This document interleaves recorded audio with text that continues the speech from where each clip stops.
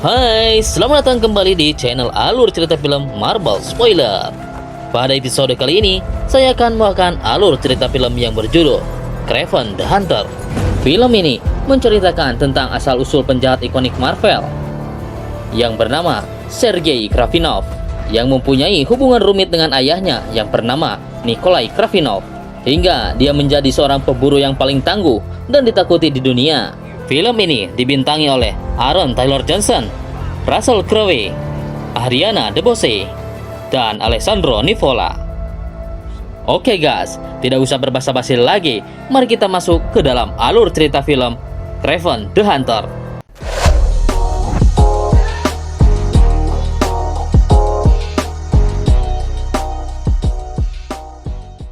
Pada suatu hari, di sebuah rutan sedang terjadi pembunuhan seorang bos mafia kelas kakap yang dilakukan oleh seorang tahanan. 16 tahun yang lalu, di sebuah sekolah akademisi Saint Michael, New York, dua orang kakak beradik yang bernama Sergei dan adiknya yang bernama Dimitri telah pulang sekolah dan dijemput oleh ayah mereka yang bernama Nikolai. Kemudian, Nikolai ngajak mereka berdua untuk pergi karena ibunya telah lama meninggal. Nikolai memberitahu mereka berdua kalau ibunya telah mati bunuh diri di sebuah rumah sakit jiwa. Selama ini, ibunya telah mengalami depresi yang sangat parah. Bukannya, Nikolai mengajak mereka berdua untuk berziarah ke makam ibunya. Tetapi Nikolai malah mengajak mereka untuk berburu. Karena menurutnya, orang yang bunuh diri adalah orang yang lemah dan tidak pantas mendapatkan penghormatan. Saat itu, Sergei yang marah tidak bisa melakukan apa-apa selain mengikuti kemauan ayahnya. Sementara itu, di Tanzania Utara, seorang gadis yang bernama Calypso sedang memainkan kartu tarot bersama neneknya. Di sana, neneknya adalah seorang ahli supernatural voodoo. Kemudian sang nenek menyuruh Calypso untuk memilih 3 buah kartu. Setelah melihat kartu-kartu yang dipilih oleh Calypso, sang nenek berkata bahwa Calypso sebentar lagi akan mengalami kejadian yang tidak terduga. Kemudian, dia memberikan sebuah botol kecil yang berisi ramuan turun-temurun. Ramuan itu dipengaruhi sihir voodoo yang sangat kuat dan bisa menyembuhkan penyakit apapun. Sang nenek merasa bahwa Calypso akan sangat membutuhkan ramuan itu. Di tempat lain, ternyata Nikolai bersama kedua anaknya datang ke Tanzania Utara untuk berburu. Nikolai mengincar seekor singa yang bernama Zar, seekor singa legenda yang telah memangsa ratusan manusia. Nikolai sangat berambisi ingin membunuh singa itu. Di perburuan ini, Nikolai bermaksud ingin membuat kedua orang anaknya menjadi sosok yang tangguh dan pemberani. Keesokan harinya, Nikolai berhasil menembak salah satu rusa yang berada di sana. Nikolai kemudian memanggil Sergei untuk mendekati bangkai rusa itu.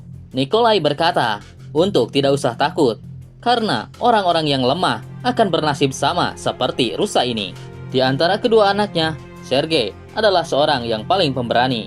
Sementara Dimitri terlihat jelas dia sangat ketakutan. Kemudian mereka bergerak untuk mencari singa yang bernama Zar. Di sana terlihat seorang pimpinan kelompok pemburu mendekati Nikolai. Dia bernama Alexei. Alexei mengajak Nikolai untuk bekerja sama. Namun Nikolai menolaknya mentah-mentah. Dia tidak ingin berbisnis dengan orang yang lemah. Di tempat lain, Sergei dan Dimitri yang lambat tertinggal oleh ayahnya. Tiba-tiba saja, singa Zar muncul di hadapan mereka berdua. Meskipun dia sangat ketakutan, Sergei mencoba mengangkat senjatanya. Sergei menyuruh Dimitri untuk bersembunyi di belakangnya. Secara aneh, ketika Sergei menatap kedua mata singa itu terlihat sangat ketakutan. Tiba-tiba saja Nikolai dari belakang menembak singa itu. Singa itu kemudian mengamuk dan menyerang Sergei. Sergei berteriak menyuruh Dimitri untuk menjauh. Meskipun Nikolai berhasil menembaknya beberapa kali, singa itu tetap mampu berjalan dan membawa tubuh Sergei yang sudah tidak berdaya. Di tempat lain, Calypso sedang menemani kedua orang tuanya memotret jerapah di alam terbuka. Tiba-tiba saja, Calypso mendapatkan sebuah firasat. Kemudian dia pergi berjalan menuju semak-semak. Di sana, Calypso melihat singa Zar yang sedang membawa tubuh Sergei. Kemudian singa itu meninggalkan tubuh Sergei begitu saja di semak-semak. Sebelum singa itu pergi, tetesan darahnya sempat mengenai luka Sergei di dadanya. Tanpa berpikir panjang, Calypso langsung memberikan ramuan yang diberikan neneknya untuk menyelamatkan nyawa Sergei. Kemudian, ramuan itu langsung bereaksi di dalam tubuh Sergei. Calypso kemudian berteriak meminta bantuan kepada orang tuanya. Singkat cerita, Sergei berhasil dibawa ke sebuah rumah sakit. Namun Calypso tidak ikut. Dia hanya menyelipkan kartu tarot di baju Sergei. Sesampainya di rumah sakit, semua dokter panik karena detak jantung Sergei sudah terhenti. Semua dokter menyatakan kalau Sergei telah tewas. Setelah selang beberapa menit, secara ajaib, Sergei berhasil hidup kembali. Beberapa hari kemudian, Sergei sedang memandangi kartu tarot yang terselip di dalam bajunya. Seorang perawat memberitahu kalau kartu itu ditinggalkan oleh orang yang menyelamatkan nyawa Sergei. Dia kemudian berkata, dengan luka separah itu, seharusnya Sergei telah tewas. Semua medis tidak mengerti kenapa Sergei bisa hidup kembali. Beberapa saat kemudian, Dmitri bersama Nikolai datang menjenguk Sergei. Di sana, Nikolai bukannya menanyakan keadaan Sergei. Dia malah menyalahkan Sergei karena tidak langsung menembak singa jar yang telah berada di hadapannya. Nikolai kemudian memberitahu perawat, dia akan membawa Sergei pulang meskipun keadaannya belum stabil. Sesampainya di rumah, Sergei menemukan sebuah surat yang ditinggalkan oleh mendiang ibunya. Di dalam surat itu, ibunya berpesan kalau Sergei tidak boleh menjadi seperti ayahnya. Selama ini, Sergei tahu kalau ayahnya adalah seorang gembong narkoba kelas kakap. Beberapa saat kemudian, Nikolai kemudian memanggil Sergei dan memperlihatkan kepala singa jar yang telah terpajang di dinding. Nikolai akhirnya berhasil membunuh singa itu. Dia kemudian berkata kalau Sergei adalah anak yang kuat, tidak seperti ibunya. Nikolai ingin Sergei untuk tetap tinggal di Rusia dan meneruskan bisnis narkoba yang selama ini dijalani oleh Nikolai. Sementara Dmitri akan dikirimkan kembali ke New York untuk melanjutkan sekolah. Sergei yang marah karena tidak ingin seperti ayahnya, dia langsung pergi meninggalkan ayahnya. Sergei berniat kabur dari rumah. Saat Sergei memasukkan barang-barangnya ke dalam tas, dia melihat bekas gigitan singa di bajunya. Tiba-tiba saja, sebuah botol kecil terjatuh dari lipatan bajunya. Sergei kemudian sadar, pasti ada seseorang yang memberikan ramuan itu kepada dirinya, yang membuatnya bisa hidup kembali. Malam harinya, ketika Sergei akan berusaha kabur, dia tergelincir dari atap. Secara aneh, tubuh Sergei langsung refleks dan dapat mendarat dengan selamat. Dmitri kemudian muncul menghadang Sergei. Dmitri meminta Sergei untuk tidak meninggalkannya sendirian. Namun Sergei tidak bisa mengajaknya. Sergei tidak mau Dmitri putus sekolah. Sergei berjanji kalau dia akan datang di setiap hari ulang tahunnya. Sergei kemudian pergi. Di sebuah padang rumput, Sergei melihat sekelompok banteng sedang berlari ke arahnya. Sergei pun pasrah karena sudah tak sempat untuk menghindar. Secara aneh, banteng-banteng itu melintas menghindarinya.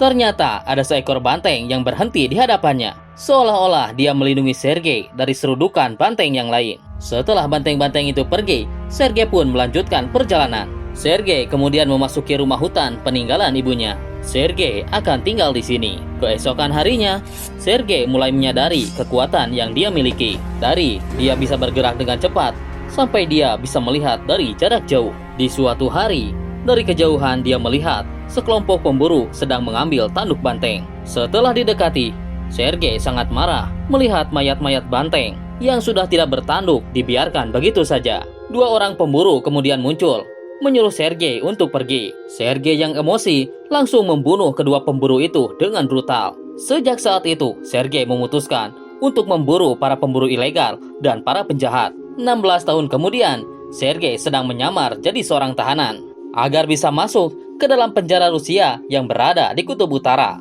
Di sana, Sergei sengaja membuat keributan dengan para tahanan dan membuatnya dibawa untuk menghadap kepada seorang narapidana, pemimpin mafia yang bernama Semyon Chorny, yang dapat mengendalikan bisnis ilegal dari dalam penjara. Tanpa berpikir panjang, Sergei langsung mengambil taring dari kepala harimau yang berada di sana. Sergei langsung menyerang Semyon beserta kedua anak buahnya. Dengan lincah, Sergei kemudian memanjat atap penjara untuk kabur. Di luar, Sergei terus ditembaki oleh para petugas penjara. Namun Sergei berhasil menghindari semua serangan itu. Dan akhirnya Sergei berhasil kabur dari rutan tersebut. Sergei terus berlari menembus badai salju dan menaiki sebuah pesawat yang telah menunggunya. Singkat cerita, Sergei akhirnya dapat kembali ke rumahnya yang berada di dalam hutan. Di perjalanan, tiba-tiba saja alarm ponselnya berbunyi. Itu menandakan bahwa ulang tahun Dimitri tinggal beberapa hari lagi. Keesokan harinya, Sergei menghadang beberapa rombongan pemburu yang akan mengambil tanduk banteng. Dengan susah payah, Sergei terus menghajar para pemburu ilegal itu. Namun, ada satu mobil yang berhasil lolos. Dengan penglihatannya yang tajam, Sergei dapat melihat plat nomornya.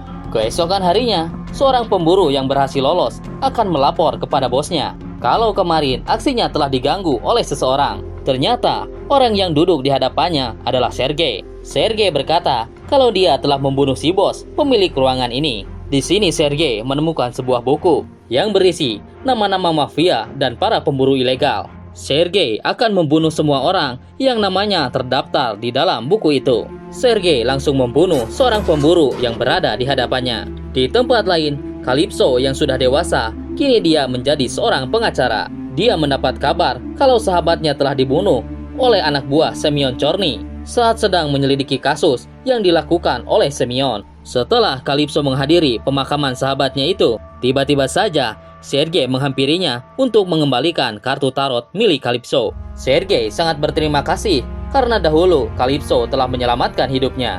Calypso tidak menyangka sedikit pun kalau Sergei dapat menemukannya. Sergei kemudian berkata kalau dia sangat ahli dalam memburu orang.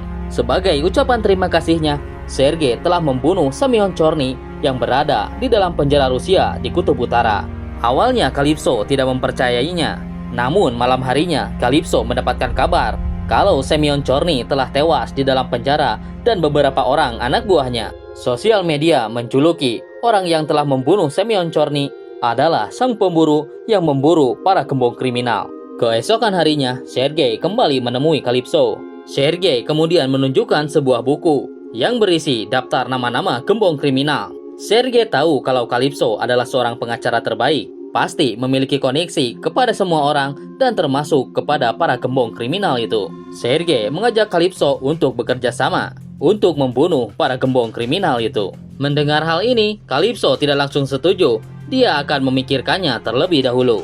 Sebelum pergi, Calypso berpesan kalau semua yang dilakukan Sergei dapat membahayakan orang-orang yang berada di sekitarnya. Di tempat lain, kini Alexei telah menjadi pimpinan gembong kriminal dan merubah julukannya menjadi Raino. Salah satu asistennya yang bernama Bart kemudian datang, memberitahu bahwa Semyon telah dibunuh. Dia kemudian berkata kalau cepat atau lambat, orang yang telah membunuh Semyon itu pasti mengincar mereka. Raino kemudian mengajak Bart untuk menemui 3 anak buah Semyon. Beberapa saat kemudian, mereka sampai di sebuah tempat untuk menemui ketiga anak buah Semyon. Raino kemudian berkata dia akan mengambil alih semua bisnis Semyon. Raino meminta mereka bertiga untuk menjadi anak buahnya. Sambil tertawa, mereka bertiga meremehkan kemampuan Raino. Raino menjelaskan kenapa dirinya kali ini diberi julukan Raino. Kemudian dia mencabut selang obat yang menempel di perutnya. Tiba-tiba saja kulit Raino mulai mengeras seperti badak. Salah satu anak buah Semyon kemudian menembak Raino. Namun itu sia-sia, tubuh Raino ternyata anti peluru. Raino kemudian memasang kembali selang obatnya. Dari jauh, salah satu anak buah Raino menembak salah satu anak buah Semyon. Salah satu yang ketakutan akhirnya membunuh temannya sendiri. Orang itu bernama Kadir. Dia bersedia menjadi anak buah Raino. Malam harinya, Kadir diundang ke pentas piano milik Dimitri. Di sini, Nikolai mengajak bekerja sama untuk mengelola bisnis milik Semyon. Tiba-tiba saja, anak buah Raino datang menembaki tempat itu. Nikolai menggunakan tubuh Kadir sebagai tameng. Dimitri yang ketakutan kemudian bersembunyi di bawah piano. Pada akhirnya, semua anak buah Raino berhasil dikalahkan oleh semua anak buah Nikolai. Nikolai kemudian memanggil Dimitri untuk keluar. Nikolai yang marah melihat Dimitri menjadi pengecut yang hanya bisa bersembunyi. Di tempat lain, Barat memberitahu Raino bahwa mereka gagal membunuh Nikolai. Namun Raino tidak terkejut karena dia tahu bahwa Nikolai orangnya cukup tangguh dan tidak mudah untuk dikalahkan. Barat kemudian memberitahu bahwa ada seseorang yang menyelipkan flashdisk di pintu rumahnya. Kemudian mereka berdua menonton video yang berada di dalam flashdisk itu. Ternyata itu adalah rekaman CCTV yang berada di penjara Rusia, tempat Semyon dan semua anak buahnya dibunuh. Sekarang Raino tahu bahwa yang mempunyai julukan sang pemburu adalah Sergei, anaknya Nikolai. Raino kemudian menyuruh Barat untuk memberikan semua informasi ini kepada seorang pembunuh bayaran yang bernama Foreigner. Raino tahu bahwa sahabat terdekat Foreigner telah menjadi korban sang pemburu. Foreigner pasti sangat ingin balas dendam kepada sang pemburu. Dan benar saja, kini Foreigner sedang berada di penjara Rusia, lagi menyelidiki kasus pembunuhan Semyon. Tiba-tiba saja seorang petugas penjara mendatanginya. Kemudian Foreigner membuka kacamatanya, dan siapa saja yang melihat kedua matanya akan terdiam seperti patung selama 3 detik. Foreigner dengan mudah kemudian membunuh petugas itu. Di tempat lain, Sergei sedang menemui Dimitri karena hari ini adalah hari ulang tahunnya. Dimitri kemudian mengajak Sergei untuk makan malam di dalam klubnya. Dimitri bercerita tentang penyerangan kemarin di tempat ini. Dia ingin menjadi kuat seperti Sergei dan dia tidak ingin diremehkan lagi. Namun Sergei menginginkan Dimitri menjadi dirinya sendiri. Sergei ingin dia bangga dengan kemampuannya sendiri. Sergei juga berpesan, dia tidak ingin Dimitri menjadi seperti ayah mereka. Tiba-tiba saja Nikolai datang menemui kedua anaknya itu. Nikolai mengajak mereka bersulang untuk merayakan hari ulang tahun Dimitri. Kemudian Nikolai meminta maaf kepada Sergei. Dia ingin Sergei tetap tinggal di sini bersama Dimitri. Namun Sergei tidak menjawab apapun, dia hanya diam saja. Kemudian Sergei menggendong Dimitri ke apartemennya yang sedang mabuk berat. Malam harinya Sergei terlihat gelisah dan tidak bisa tidur karena mimpi buruk. Sergei kemudian pergi ke taman. Di sana Sergei bisa tidur dengan nyenyak. Keesokan harinya saat dia kembali ke dalam ruangan Dimitri, melihat semua barang-barang di ruangan itu telah berantakan. Sergei melihat Dimitri yang telah dibawa masuk ke dalam sebuah mobil hitam. Dari jauh, Sergei melihat sebuah rokok yang dihisap oleh seorang penculik Dimitri. Sergei langsung berlari mengejar mobil itu. Sergei kemudian melompat ke atas mobil itu. Sergei berusaha menghancurkan kaca mobil, namun gagal karena kaca mobil itu anti peluru. Sergei melihat Dimitri yang sedang pingsan di dalam mobil. Sergei kemudian berusaha menjebol pintu mobil itu. Namun Sergei gagal, dia ditabrak mobil lain hingga terpental. Sergei kemudian terus berlari mengejar mobil itu hingga sampai ke sebuah dermaga. Sergei melihat semua orang-orang itu membawa Dimitri ke sebuah helikopter. Sergei kemudian melemparkan sebuah jaring ke helikopter itu dan berusaha menahannya. Dengan susah payah, Sergei terus bergelantungan di dalam jaring itu. Namun akhirnya Sergei terlepas karena terbentur tiang. Dan akhirnya dia gagal menyelamatkan Dimitri. Sergei kemudian menemui Calypso di dalam kantornya. Dia meminta Calypso untuk melacak orang-orang yang telah menculik Dimitri. Sergei kemudian memberitahukan ciri-ciri orang yang telah menculik Dimitri. Sergei kemudian memberitahu bahwa salah satu penculik itu menghisap rokok buatan Turki. Ada kemungkinan para penculik itu berasal dari Turki. Calypso berkata dia akan menghubungi informannya untuk mencari informasi. Keesokan harinya, Sergei menemui Nikolai di rumahnya. Nikolai kemudian memperlihatkan jari manis Dimitri yang telah dipotong oleh para penculik. Si penculik itu meminta tebusan $2 juta dalam waktu 2 hari. Dan jika tidak dipenuhi, mereka akan membunuh Dimitri. Sergei menyuruh Nikolai untuk memberikan uang tebusan itu. Namun Nikolai menolak, karena di dalam bisnis, jika seseorang memenuhi tebusan, maka dia akan dianggap lemah oleh para pesaing bisnisnya. Lagi pula, jika Nikolai memenuhi persyaratan itu, Dimitri tetap akan dibunuh. Nikolai malah menyalahkan Sergei karena dia tidak bisa melindungi saudaranya itu. Malam harinya, Calypso menemui informannya. Dia akhirnya menemukan identitas penculik itu. Orang yang telah menculik Dimitri bernama Omer. Dia adalah mantan militer Turki dan bersembunyi di sebuah biara kosong di Turki Utara. Setelah Calypso mendapatkan semua informasi itu, kemudian dia pergi untuk menemui Sergei. Ternyata orang informan tadi adalah orang suruhan Foreigner. Ternyata Foreigner dan Raino adalah dalang di balik peristiwa penculikan Dimitri. Setelah Sergei mendapatkan informasi dari Calypso, dia langsung terbang menuju Turki. Singkat cerita, setelah Sergei sampai di markas musuh, Sergei berhasil melumpuhkan semua orang yang ada di sana menggunakan panah beracun. Setelah mendengar suara-suara aneh, Omer langsung menyuruh anak buahnya yang lain untuk bersiap. Dengan lincah, Sergei berhasil menghindari serangan semua anak buah Omer. Sergei akhirnya berhasil menangkap Omer dan mencekiknya di pinggir jendela. Sergei bertanya di manakah Dimitri disembunyikan. Namun Omer tidak menjawab, dia hanya diam saja. Tiba-tiba saja dari jauh, seorang sniper menembak bangunan itu dengan basoka. Akhirnya Omer dan Sergei terjatuh akibat ledakan. Di bawah, Sergei kembali bertanya kepada Omer, siapakah dalang di balik semua ini? Dengan terbata-bata, Omer menjawab, dalang di balik semua ini adalah Raino. Tiba-tiba saja puing-puing bangunan kembali jatuh dan menimpa Sergei. Beberapa saat kemudian, Foreigner datang ke tempat kejadian. Di sana, dia memeriksa panah beracun yang digunakan Sergei. Di tempat lain, ternyata Dimitri kini berada di markas Raino. Dimitri kemudian bertanya kepada Raino, apakah ayahnya akan menebus dirinya atau tidak. Raino menjawab, Nikolai tidak mungkin mengeluarkan uang bagi orang lemah seperti Dimitri. Meskipun dia kecewa, Dimitri paham akan sifat ayahnya itu. Raino berkata kalau tujuan utamanya dia menculik Dimitri hanya untuk menjebak Sergei. Dimitri kebingungan kenapa Raino ingin menjebak Sergei. Kemudian Raino menunjukkan sebuah video kepada Dimitri. Melihat video itu, Dimitri terkejut karena Sergei adalah sosok sang pemburu yang paling ditakuti oleh para gembong kriminal. Di tempat lain, Sergei yang berhasil selamat langsung menelpon Calypso. Dia memberitahu Calypso kalau semua ini adalah jebakan. Calypso langsung memberitahu kalau ada 5 orang yang tidak dikenal memasuki kantornya. Sergei langsung menyuruh Calypso untuk pergi ke suatu tempat. Nanti Sergei akan menemuinya di sana. Di tempat lain, Raino berkata kalau Dimitri dan Raino memiliki kesamaan, yaitu sama-sama sering diremehkan. Namun sekarang tidak ada lagi yang berani meremehkannya. Setelah Raino berobat ke dokter sekaligus ilmuwan di New York yang bernama Niles Warren, yang telah merubahnya sekaligus menyembuhkan penyakitnya. Hingga sekarang dia mempunyai kekuatan melebihi manusia biasa. Kulitnya dapat mengeras seperti badak. Raino mengajak kerjasama kepada Dimitri untuk mengambil alih bisnis Nikolai. Namun Dimitri menolaknya mentah-mentah.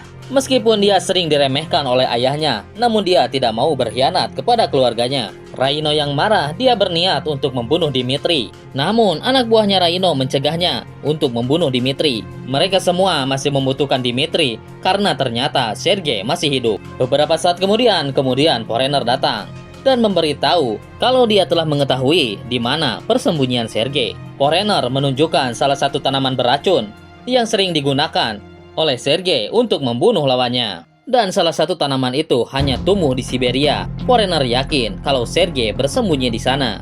Di hutan Siberia, Calypso menemui Sergei.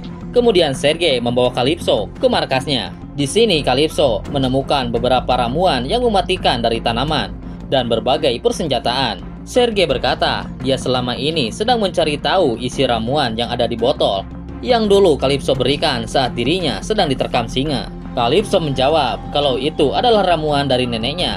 Dia tidak mengetahui isi ramuan itu. Dan Calypso tidak menanyakan hal itu karena selama ini neneknya sudah meninggal. Sementara itu di luar, Raino beserta yang lainnya telah sampai di hutan Siberia. Foreigner sudah menyiapkan senjata khusus berupa anak panah beracun untuk membunuh Sergei. Raino kemudian menyuruh Dimitri untuk menelpon Sergei. Kemudian Raino berkata dia mengajak kerjasama kepada Sergei dan mengambil alih bisnis ayahnya. Namun Sergei menolak karena dia tidak mau menjadi seperti ayahnya. Akhirnya Raino mengancam kalau dirinya terpaksa akan membunuh Sergei. Kemudian Raino langsung berpencar bersama anak buahnya untuk membunuh Sergei. Tiba-tiba saja muncul seekor macal tutul kemudian menyerang mereka. Dimitri memanfaatkan keadaan ini untuk kabur. Di dalam hutan, Sergei menyerang anak buah Raino satu persatu menggunakan jebakan-jebakan yang mereka pasang. Raino kemudian memerintahkan pesawat untuk mengebom hutan itu. Dengan lincah, Sergei berhasil menghindari serangan itu. Kemudian Foreigner menembakkan anak panah beracunnya hingga mengenai Sergei. Akhirnya Sergei mulai berhalusinasi. Dia melihat bayangan-bayangan hewan yang paling ditakutinya, yaitu laba-laba. Sergei yang marah berniat menyerang Foreigner. Namun itu ternyata hanya halusinasinya saja. Karena Sergei mulai tak sadarkan diri, Foreigner bisa menghajarnya dengan mudah. Sebelum menembak Sergei, Foreigner menyuruh anak buahnya untuk mencari Dimitri yang kabur. Setelah semua anak buahnya pergi, Calypso tiba-tiba saja menembak Foreigner hingga tewas. Semua anak buahnya mengira kalau Foreigner telah berhasil membunuh Sergei. Calypso ternyata masih memiliki ramuan ajaib peninggalan neneknya. Dia kembali meminumkan ramuan itu kepada Sergei. Di tempat lain, anak buah Raino berhasil menangkap kembali Dimitri. Seorang anak buahnya melaporkan kalau Sergei kini telah mati. Mendengar hal itu, Raino menyandra kembali Dimitri. Siapa tahu Nikolai akan menebusnya karena anaknya tinggal satu. Di tengah perjalanan, Raino melihat sekawanan banteng yang datang. Dimitri mulai mengencangkan sabuk pengamannya. Kemudian Raino mulai melepaskan selang obatnya dan akan merubah dirinya menjadi badak. Banteng-banteng itu mulai menerjang rombongan Raino. Sergei kemudian muncul. Akhirnya mereka berdua saling berhadapan. Rhino yang sangat kuat, dia mampu menghentikan sebuah truk, dan terjadilah tabrakan beruntun. Rhino dan Sergei terlibat pertarungan dengan sengit. Sergei terlihat kewalahan melawan Rhino yang sangat kuat. Saat Sergei sedang tercekik, dia melihat sebuah lubang di pinggang Rhino. Sergei langsung menancapkan besi di lubang itu hingga Rhino kesakitan. Kemudian Sergei mengambil sebuah tali dan mengikat Rhino. Dia melemparkan ujung tali ke arah banteng yang sedang berlari hingga membuat Rhino terseret dan terlindas oleh banteng. Sergei kemudian menghampiri Rhino yang sedang sekarat. Sergei bertanya siapakah yang memberitahunya kalau Sergei adalah sang pemburu yang membunuh gembong-gembong penjahat. Rhino menjawab justru adalah orang terdekatnya yang mengirimkannya sebuah rekaman untuk membongkar identitasnya. Dimitri kemudian datang untuk membunuh Rhino. Namun Sergei menghalanginya. Dia tidak ingin Dimitri melakukan hal itu. Sergei tidak ingin Dimitri menjadi seorang pembunuh.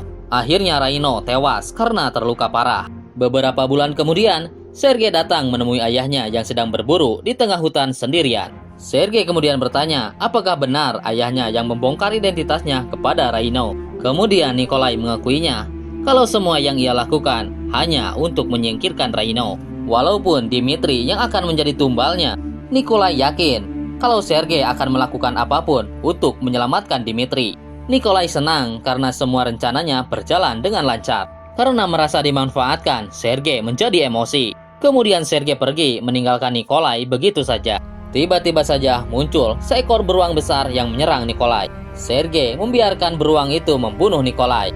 Bahkan Sergei mengambil semua peluru di dalam senjata Nikolai. Singkat cerita, Sergei kembali menemui Dimitri untuk merayakan hari ulang tahunnya. Dimitri bercerita kalau dia telah menemui seorang ilmuwan di New York yang telah mengubahnya, dan kini Dimitri tidak akan diremehkan lagi. Tiba-tiba saja dua orang mafia datang dan melaporkan sesuatu kepada Dimitri. Sergei terkejut kalau ternyata Dimitri telah meneruskan bisnis ayahnya menjadi seorang mafia gembong kriminal. Dan berakhirlah alur cerita film ini guys. Semoga kalian terhibur. Kata-kata untuk hari ini adalah Tuhan telah mempersiapkan jalan untuk hidupmu, tapi kamu malah rebahan. Jangan lupa subscribe, like, dan share video ini guys. Dan sampai jumpa di kisah film berikutnya. Bye.